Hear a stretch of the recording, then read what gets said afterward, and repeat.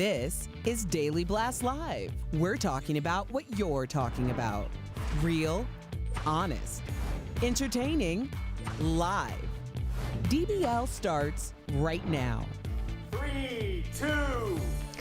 Welcome to DBL. It is Friday, June 5th. I'm Tori here with Jeffrey Schroeder's in the house. How you doing? Thanks for having me on this morning show. I love it. It's new. You haven't been here in a while. I haven't been here in a while. I know. Welcome back. I have two things to announce to everyone. First off, we have Rob is back in Steadicam, and we miss you. Absolutely. Good to be. He's one of the most important people on our set, so it's really good to have him back. And someone also is having a birthday today, and I think it might be you. Look at this. Look at this. Oh, wow. One person. That's as good as it gets. That's all we get. Thank you. Everyone's like, first of all, this is an early show. Who is this guy? And second of all, they're celebrating his birthday, so I appreciate it. Thank you so much, Sharon. Rob, good to have you back. It is good. And you are 75? How old are you? 74. 74. Excuse me. After 40, it doesn't matter. Doesn't matter at all. Feel good. Looking great. Feeling good? Feel good. It's Friday. Let's get to it. Let's get to it. That's a good point. Lindsay Granger is joining us from home in Forest Green. How you doing, Lindsay? Hey guys, Rob, welcome back. Jeff, happy birthday. How you feeling? I feel good, thank you. I'm going to say thank you for Rob, and you look terrific. I haven't even seen Lindsay in a while, I know, so this is like a reunion. See, he hasn't been in the studio, so when you come back, it's like a lot of stimulus. Yeah, it is. Yeah, I haven't been in the studio either, so I can't wait to see you guys. I can't wait to come over to Jeff's new house, too. Oh, yeah, it looks good. I invited Lindsay because she wished me happy birthday. You didn't, Tori. Let's get started. It was it's horrible. It was another night of mostly somber demonstrations across the country after the first of several memorials for George Floyd in Minneapolis. The Reverend Al Sharpton gave a very moving eulogy and announced a new march on Washington in August. Here is what some of the Reverend had to say. George Floyd's story has been the story of black folks. The reason we could never be who we wanted and dreamed to be in is you kept your knee on our neck. It's time for us to stand up in George's name and say, get your knee off our necks.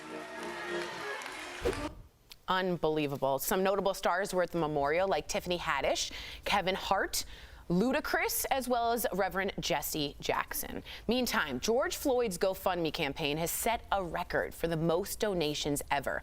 Get this, nearly 500,000 people have donated, adding up to more than $13 million. Lindsay, I want to go to you. Sometimes when the Reverend speaks, Al Sharpton, of course, I get the goosebumps, and I definitely did. What do you think of Sharpton's words?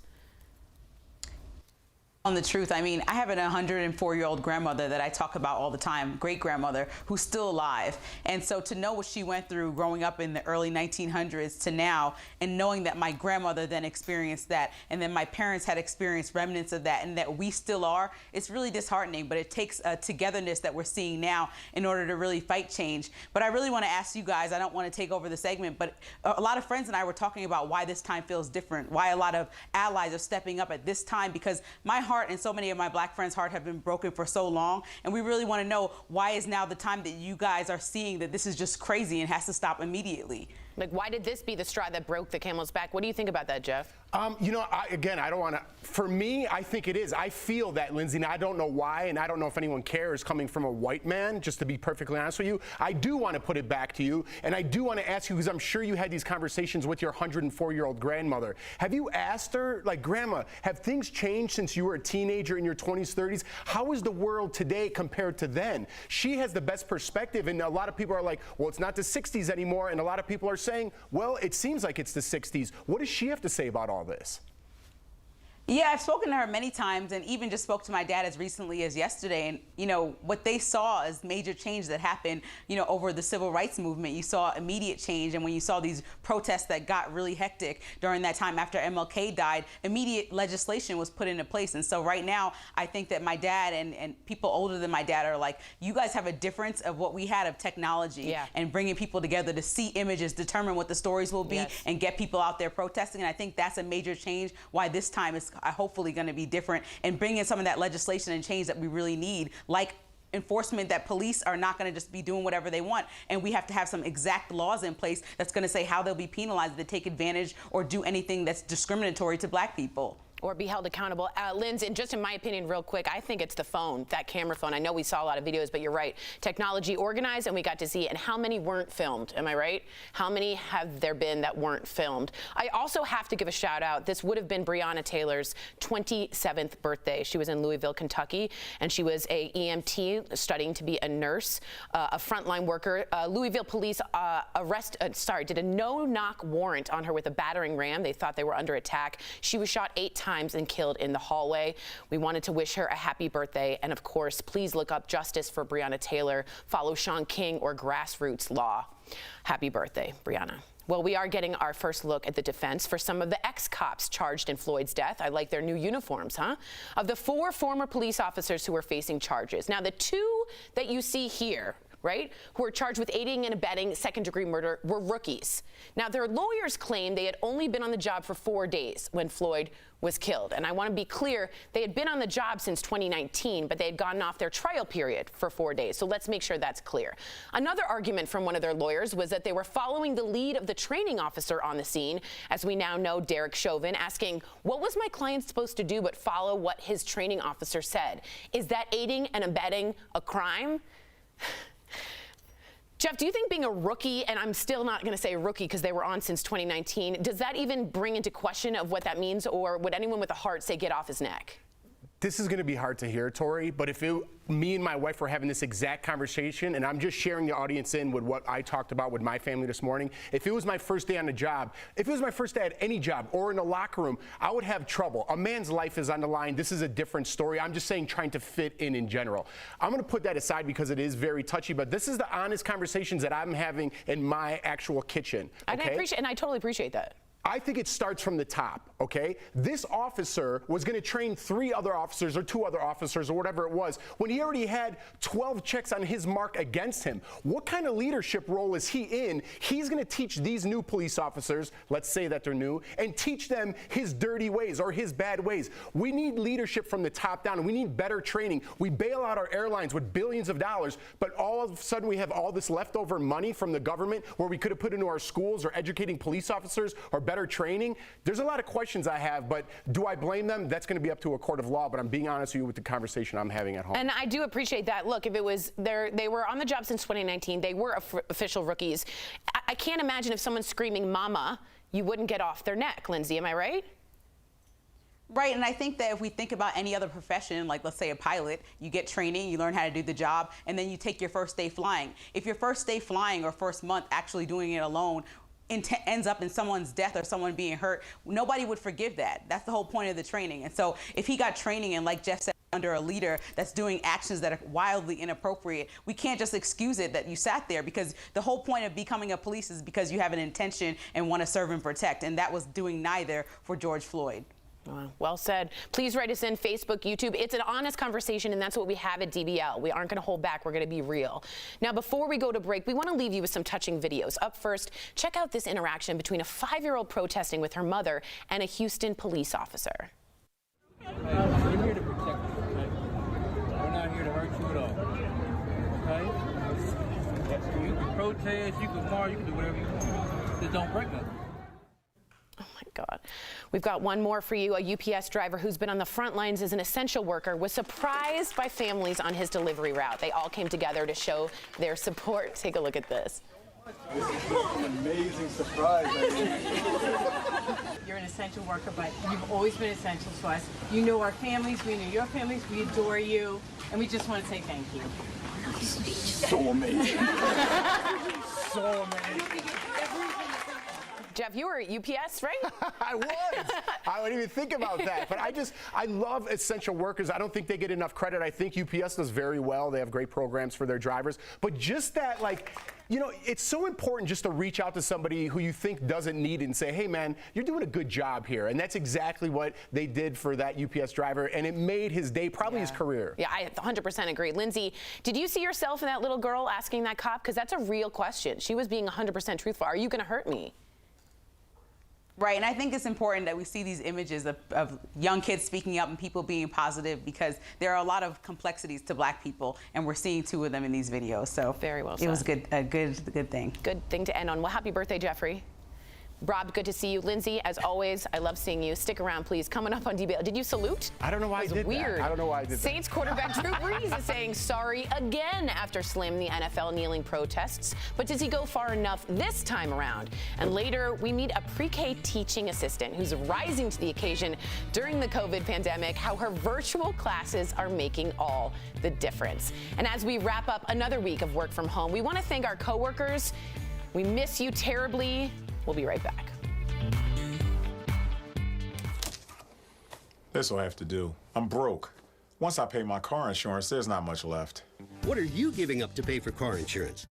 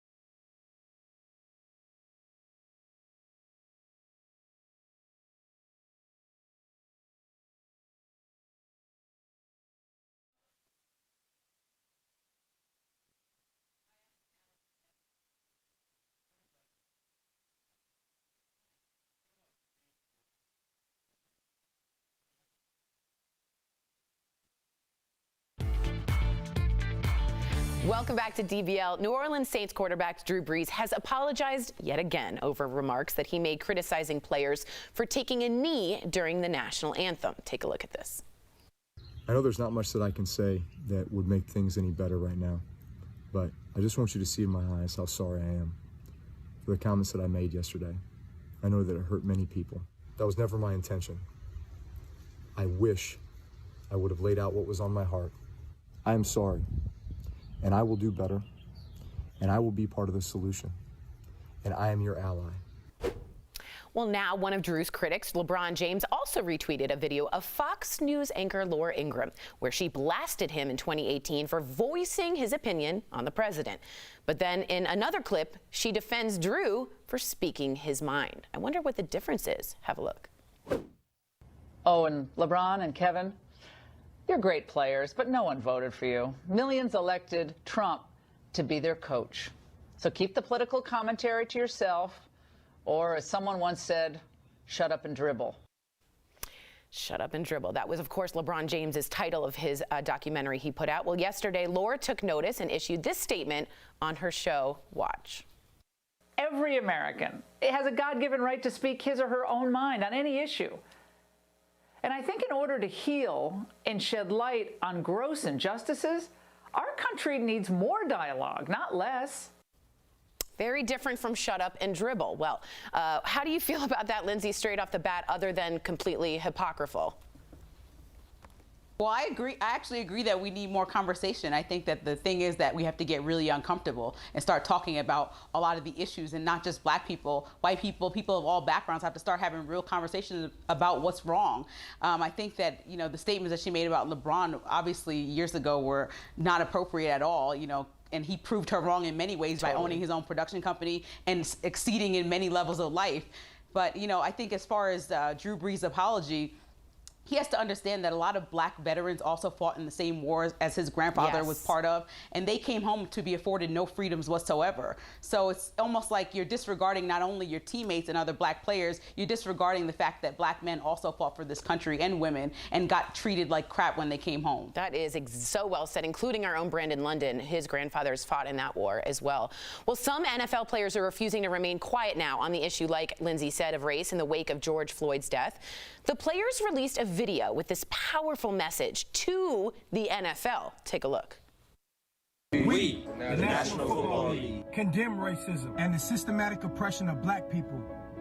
We, the National Football League, admit wrong and silencing our players from peacefully protesting. We, the National Football League, believe Black Lives Matter. Black Lives Matter. Black Lives Matter. Black Lives Matter. Wow. Some of the players in the video include Super Bowl MVP Patrick Mahomes, Deshaun Watson, and Ezekiel Elliott, and of course Odell Beckham Jr. You are the NFL person. You watch that sport. I don't know or very maybe well. Brandon, perhaps. And Brandon as well. But I don't know champion. very much. Was that a big deal to see those players? It does. It means a lot to me, you know. And I look to football as kind of something, or sports, athletics in general, that bring races together, right? We're seeing now that that might not be the case. We have 10 seconds left. I have a lot to say on this subject, but we're out of time, unfortunately. But, you know, I'm glad what Drew Brees is saying. He needs to walk back those comments. His own teammate, Michael Thomas, who's huge, one of the best receivers in the NFL, is saying, listen, that's my brother. He screwed up, but as a Christian, I'm going to forgive him and move forward. # George Floyd. I think that's what we need to do. We're at a point where regular thoughts of white men are on question of, is that really the way we want to move forward and teach our children? So I like what the NFL is doing. I wish I had more time to talk about it, but we don't. Let's go. But you don't. That's amazing. Well, coming up next on DBL, we're talking to a teaching assistant who's getting creative as learning goes virtual. Don't miss our spotlight coming up next.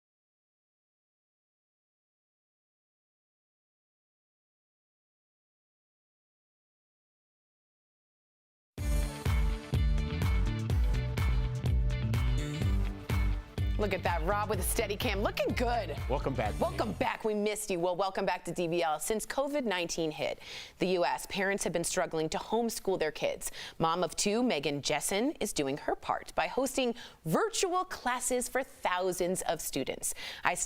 Jeff sat down with her earlier in today's DBL Spotlight.